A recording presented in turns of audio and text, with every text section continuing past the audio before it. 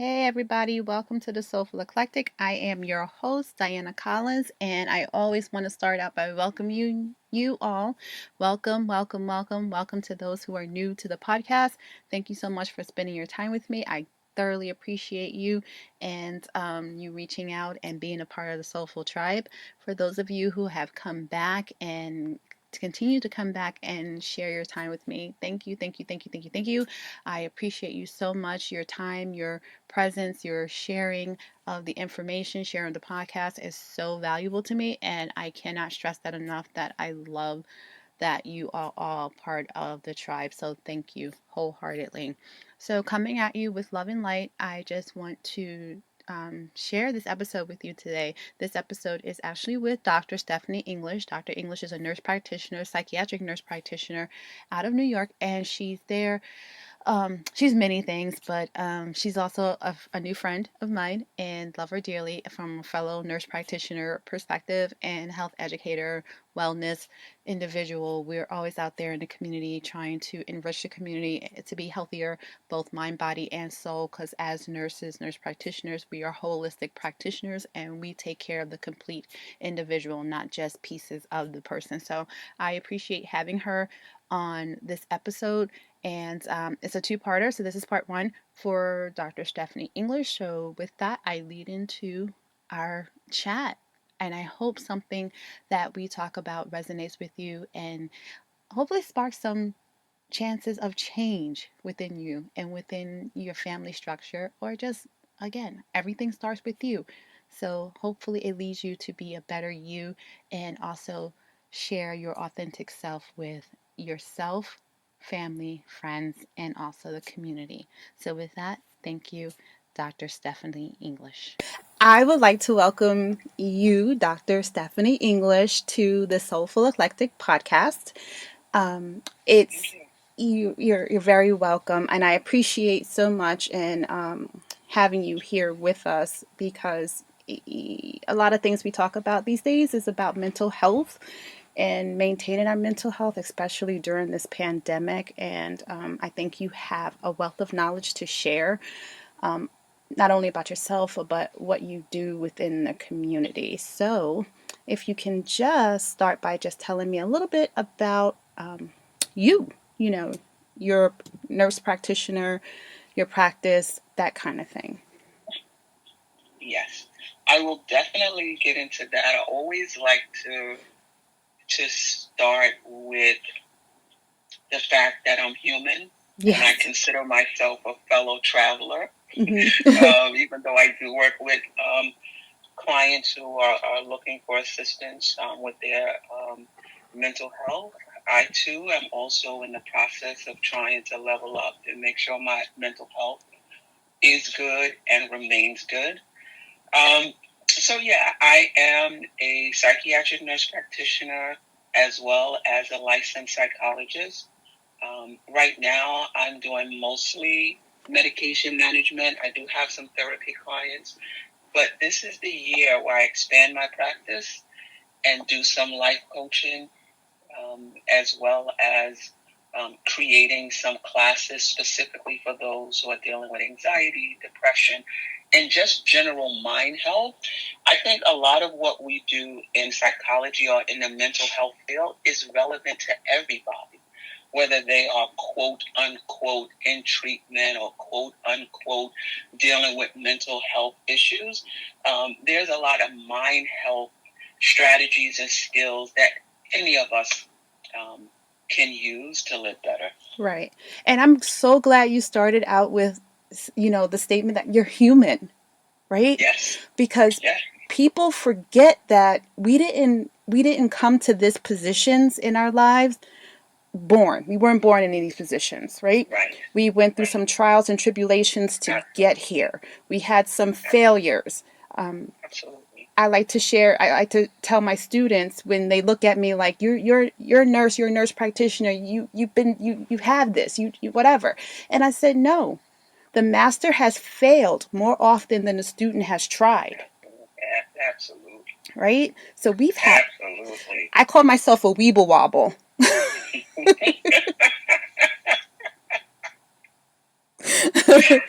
Yeah.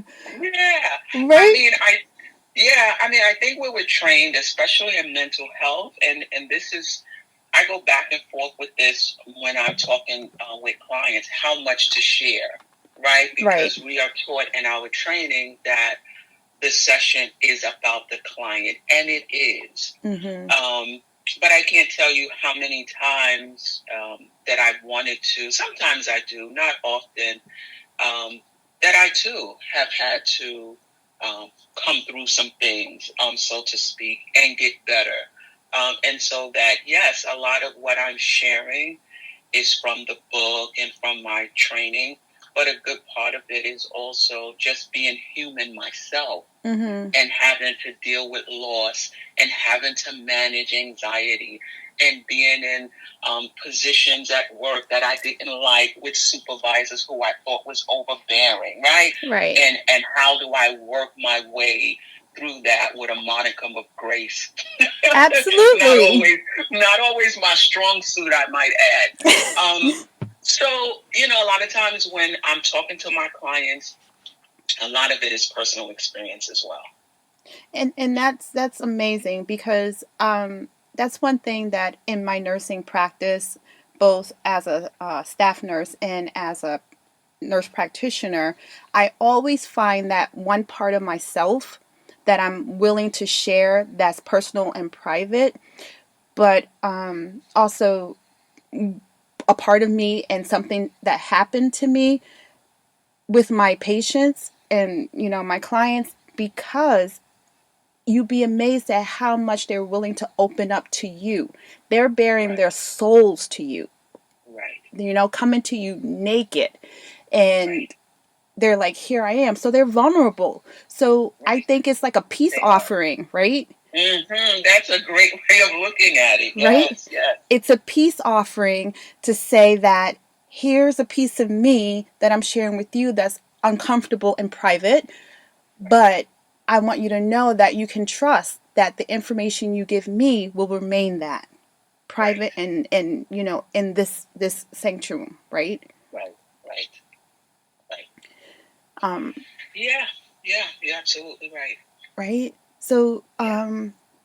with that, it took some journeying, right, and continue to journey as to get to a place that you are now.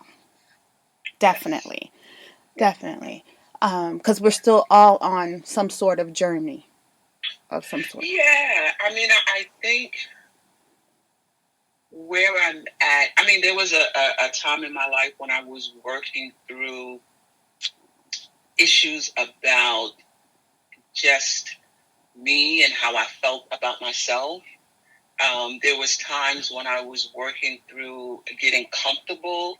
I have a very strong presence. I have great energy. That's not always received well. Mm-hmm. And I think I went through a period of trying to play small, so to speak. Mm-hmm. And I think I'm at a point in my life where I accept myself as I am. I'm extremely comfortable with who I am, and it took a very, very long time to get here. And I've come to the conclusion that I'm here to celebrate my life. Right. Like, that's what it is, and to max out each day. And I'm getting better and better at withdrawing my attention from other people and their perspective, Mm-hmm. and putting my attention on making the most of my life and being very deliberate and very intentional about it, right? Right. And inviting my clients, especially all of my clients, but definitely when I move into my life coaching practice, because that lends itself to that. Mm-hmm. It's just that there's gonna always be challenges. That's just life. It's just a wave of Right. things that just comes. That's just the norm. We get so upset, but that is the norm. Exactly. And Yes, I and how to get better at riding the wave, basically. exactly. Oh my gosh, I'm so glad you said that because that's one of the terms that I use. I said you guys got to learn to ride that wave and know when you see that wave come, know how to bounce and ride with that wave. Right. Right? Don't Exactly. let it knock you down. If it does knock you down, that's okay. Get back up. Get back up. And if I can to that, a lot of times the reason it is a wave is because we could be better prepared. Yes. Put it that way. Yes. And the more prepared you are, the more resources you are, the less of a wave it is. Yes. So, for example, I'm not ashamed to say this, despite being a relatively high earner, there was a time when I lived from paycheck to paycheck. So that's not always about being poor. It's just a habit, right? Right. That's not my life anymore. However, so I realized that something happened, a pipe broke, I needed to get fixed. They told me what the price was. I had it. It was a little wave. Right. When I was living paycheck to paycheck, I didn't have no emergency fund. I wasn't prepared for any of this. So something like that happened. It was a huge wave. It was an avalanche. But it was just something that happened. But because I wasn't prepared, it looked like a big wave for me. Yes. Right? Yes. And so how do we get better at operating from a different place, whether that's having emotional resources, social resources, friends, family, real friends and family that you can count on. Right. That's not going to gossip with you, but that's going to tell you what it is, help hold you accountable as well as support you. Financial resources, whatever. So as these waves, these natural waves of life are coming in, they don't impact you as much because you're operating from a different place. Yes. Now, I'm glad you mentioned the waves and use that financial piece because I have a 25-year-old daughter we have here that's living with us, graduated college, has a bachelor's in psychology. So we know that this generation of youth come out of college with a list of demands, right? That they need to be by 25, they need to be in their career making this amount of money. By 30, they need to be almost married, preparing to buy a home.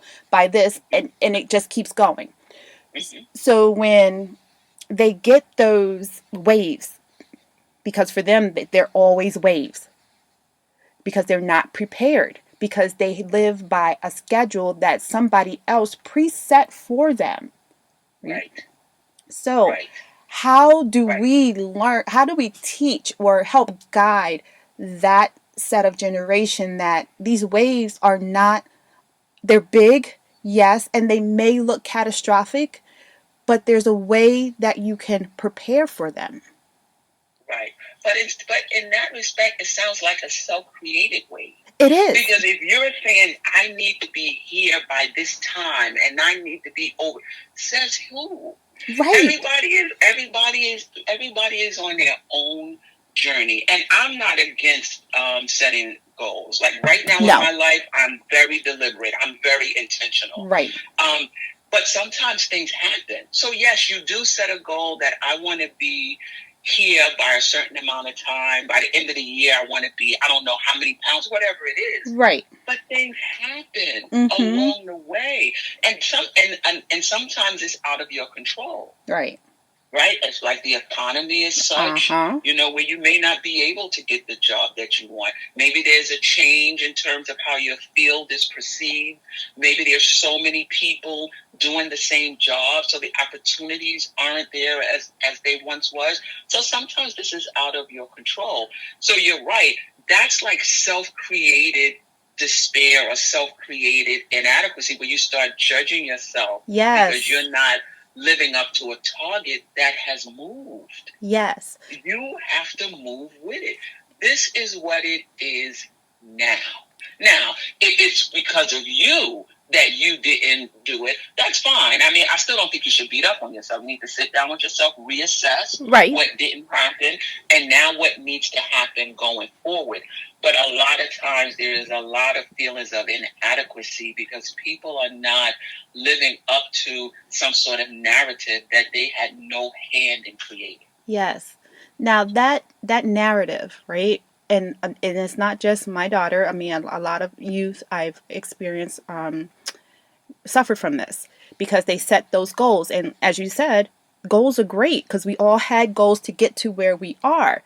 But the shift in that is that when our trajectory did not meet that target, right, we readjust it and put, I like to use the nursing process, right? We use the nursing process, we assess the situation, diagnose what the problem was. Right. Right? So, I mean, I swear it applies to a lot of things, and I've used it quite a bit in life. And I teach the youth to use something similar to that because they fall apart when their self-directed goals do not meet that timeline. And I said, guys, you may not have met that goal, but then go back, reassess, and look at your interventions. You may need to do different interventions to get to those outcomes to reach that goal. Right. And sometimes and each individual person is the only one that can answer this. Is a lot of times when there's a lot of emotional fallout is because there was so much tied up in that goal. So I do like to ask my clients, like, why do you want that goal? Just to see where it's coming from.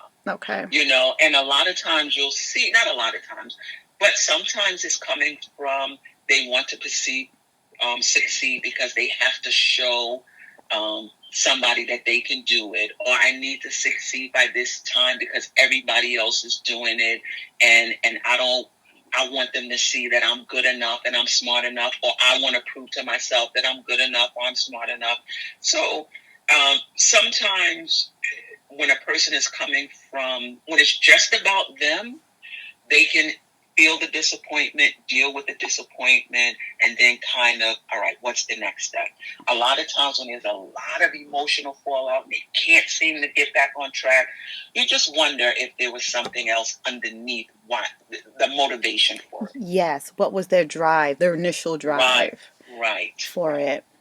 That is key because we see that suicide is the numbers are climbing.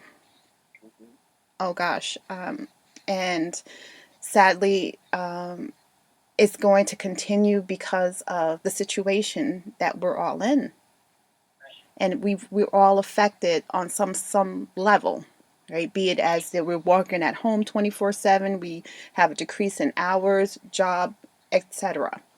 So the reason why I really wanted to really talk to you is how has the, explain how the pandemic has affected you and your family, and some of the things you've done to help alleviate that stress a little bit, if possible.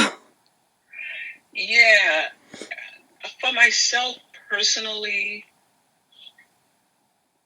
I've been one of, I'm not going to say a few, but there are some people who are, are okay being at home for extended periods of time.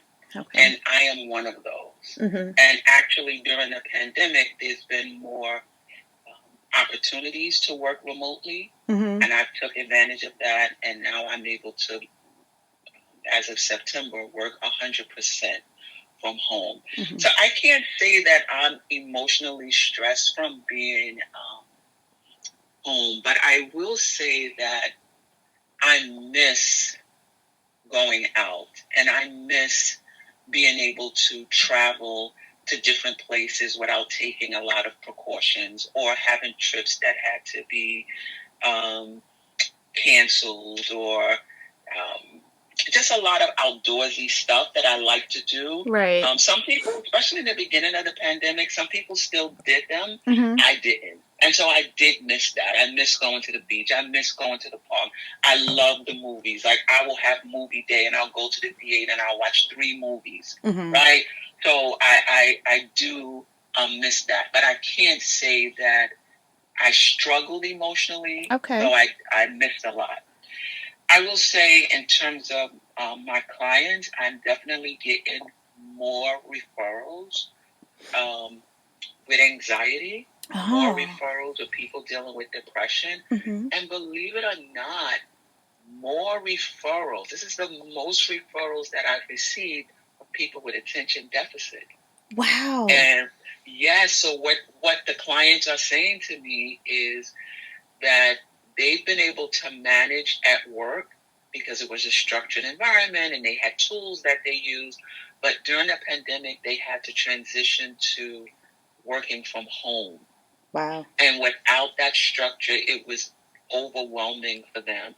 So not just did they present with symptoms of attention deficit that it was hard for them to manage, but anxiety and depression on top of that. So I've gotten a lot of that. Wow. During this time. And then my own clients just really, who were already in treatment, things getting worse for them. Yeah, and I can see that as an issue because when you're at work and you have that attention deficit, you have a plethora of things to keep you occupied. You can get up from your desk, you can go through here. You know, with meetings being online, you have to be fully engaged, right? Yeah. And Yeah. I find that, you know, with my students, that's even hard for them to be engaged. Heck, it's hard for me to be engaged. You know, for that long period of time, you know. Right. I'm sitting there fidgeting and, you know, looking on, you know, shopping online. It's like, no, no, no, I have to pay attention. I have to pay attention. So I get it. But what kind of strategies do you lend to them to help them cope, and maybe, you know, adjust to this change, because this is going to be our life probably for another year or so. Oh. Can you be a bit more hopeful? I'm sorry. I know, right?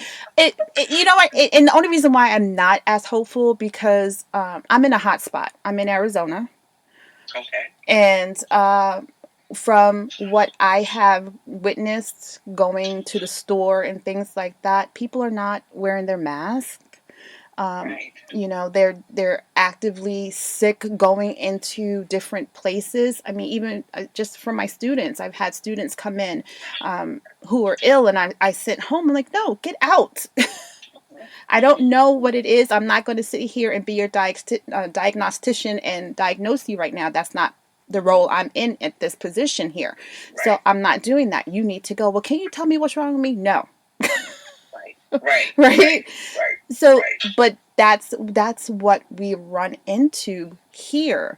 And Right. so that's why I am really not that hopeful, because people just really are not listening and adhering to the warnings that have been out there. Now, the last pandemic we had, what, the one in 1918 or something like that, of influenza lasted 2 years.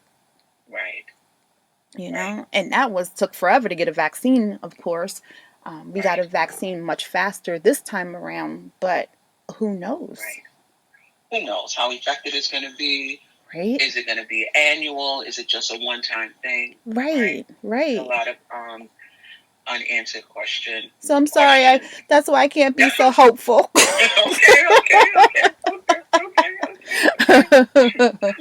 I will say, I mean, there's certain things all of us should do, and then obviously, if certain things are becoming overwhelming, like overwhelming anxiety, overwhelming depression, you know, you should seek treatment. But as much as possible, and I know this flies in the face of what's going on. If you can, get out of the house. Now, you don't have to get out of the house and go to a densely populated area, you know. But in the morning time, you can go for a walk around the block with your mask on, of course, socially distanced, of course. Don't go to a place where there's a lot of people, you know. Right. But to get out the house and just kind of walk around, change the scenery up a little bit. Make sure you eat. Now, this happens a lot with people. When you're depressed, you lose your appetite, or some people, when they're stressed out, they lose their appetite. Mm-hmm. Some people lose their motivation. Yep. But if you stop eating for a long period of time, there's no way of telling how much of this is the depression or how much of it is just lack of calories. Right. Why your energy is so low and you don't have motivation. So being sure to eat, to force yourself to eat. Obviously, the less energy you have. Now, this is for people who are so stressed out to the point where it impacts their appetite. If it does get to that point, Now, you're not going to have the motivation perhaps to cook. So you want to have things near you that you can just open and eat, or, microwave, though that's probably not the healthiest. But if you can get a burrito or something that you can use right then, I mean, that's better than not eating at Absolutely. all. I think that exercise is good. Mm-hmm. Consistent exercise. There's so many indoor exercises you can do if you don't feel comfortable. I live in New York. In New York, the gyms are open. I haven't checked. As far as I know, the gyms are open till I think 10 p.m. Mm-hmm. I will double check that. But when my gym opened, I went a few times, but I didn't feel comfortable. No. So now what I do is I exercise from home. Mm-hmm. I do have a stationary bike, but sometimes I do really short exercises, like where I might do a jumping jack for 30 seconds, rest for 30 seconds, run in place for 30 seconds, stop for 30 seconds, for like 20 minutes or so.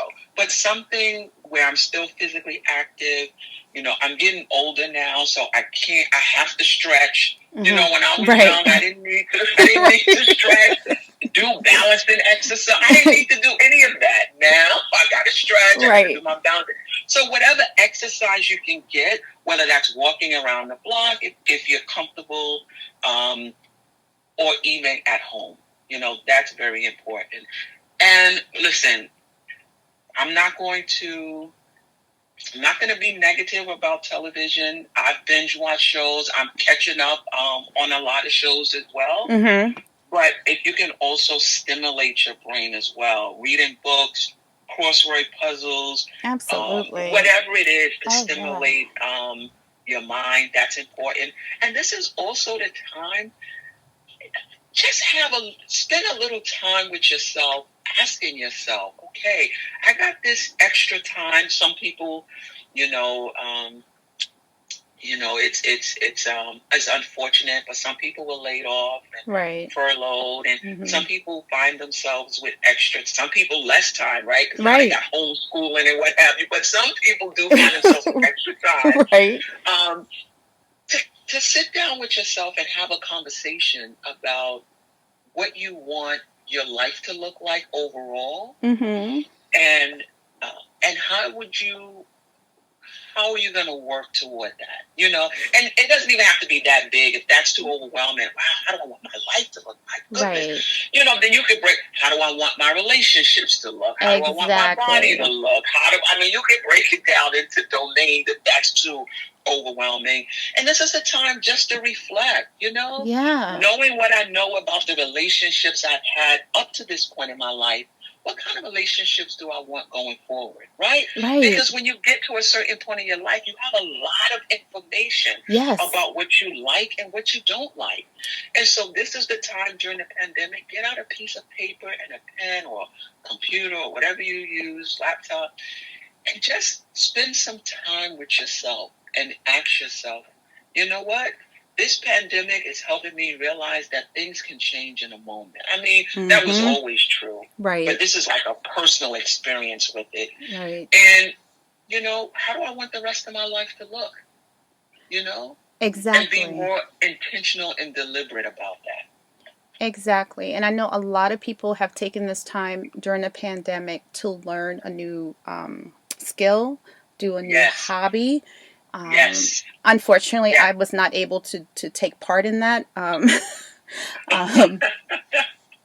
get back to hobbies, they stop for whatever reason. Right. And I just my husband, he learned to play the bass.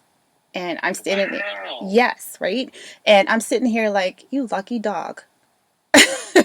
Because during the pandemic he took this up? During the pandemic, he took this up. He never played before. And so he had this extra time, so to speak. He's retired military, so he's also a nurse. Doing his F&P.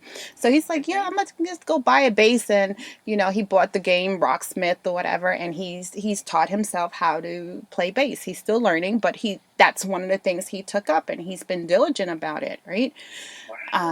So me, on the other hand, I'm that opposite who became extremely busy with the pandemic because I teach nursing, so we had to transition the whole course onto online. So I didn't have that additional time, so to speak, to learn something new or to pick up an old hobby. So that's really great, and that's one of the things I often share with people. It's like, you have this time, figure out what you like to do. Like you said, get the paper and pen out and see where you are, and you'll learn that you yourself are constantly evolving anyway. You might learn Right. something new that you never knew about yourself, Not right? just that. There's there's so not, this is not for everybody, Mm-hmm. but sometimes we're so busy running this race that we don't get the fact that we've evolved and that we've changed. And we're running the same race. Yes. And then when you sit down and you think about it, you're like, you know what? I don't really like that anymore. Yes. But I'm still going to this class every week, but it's not my thing anymore. It's not my. Yes. And So sometimes, periodically, we just need to sit down and say, okay, take a look at our calendar, everything that's, am I still into this? Yeah, right. And if not, what am I? Do I have other interests now? Right. I mean, for me, it's about looking at your life, whatever it is, and making sure everything about it speaks to you. Yes. That's it. That the people, places, and things that are important to you are a part of your life. And obviously, there's sometimes at work, you don't have any control over the people that are in your life, and you deal with it the best you can. But in the places and spaces when you have most control, that should definitely reflect you. Absolutely. So that's a good way to look at self and the growth of self and maintaining of yourself as you start to evolve into who you're growing into during this time, right? Because we're all changing. Even though we like to say we're not, we are all changing. This pandemic has definitely changed us all in some form or fashion. Right. And Can I ask you a question? sure. Is your audience already in that space? Because I don't want to get ahead. Sometimes people are not even in the space, but your audience is already in that space of um, self-reflection and self-evolvement. Yeah. So Okay. the audience is in different stages. I like to say, just by sheer evaluation of the different people that have reached out to me, a lot of them are in that stage of growth and development. Some are starting to not growth and development, but growth and change. Mm-hmm. And some are in that space of starting to evolve into that, starting to really think about themselves to make those changes. So that's why I try to the questions that I ask are varying depending on what we're talking about, because to kind of meet that that need of each person that is listening in some form, in some form or fashion, right? Because we want to reach out to. I would like to touch as many lives as possible, but as we talked, if I can just touch one person, that met my quota exponentially, because that's what we aim to do. And that's why I get people like you and those who are growing and struggling onto the podcast to talk about these things, because on some level, whoever's listening will be able to resonate with something that we said, or even if they can share it with a family or a friend who may be struggling and say, hey, I heard this might be helpful. They had some great suggestions in there. So that's the goal. Right. Understood.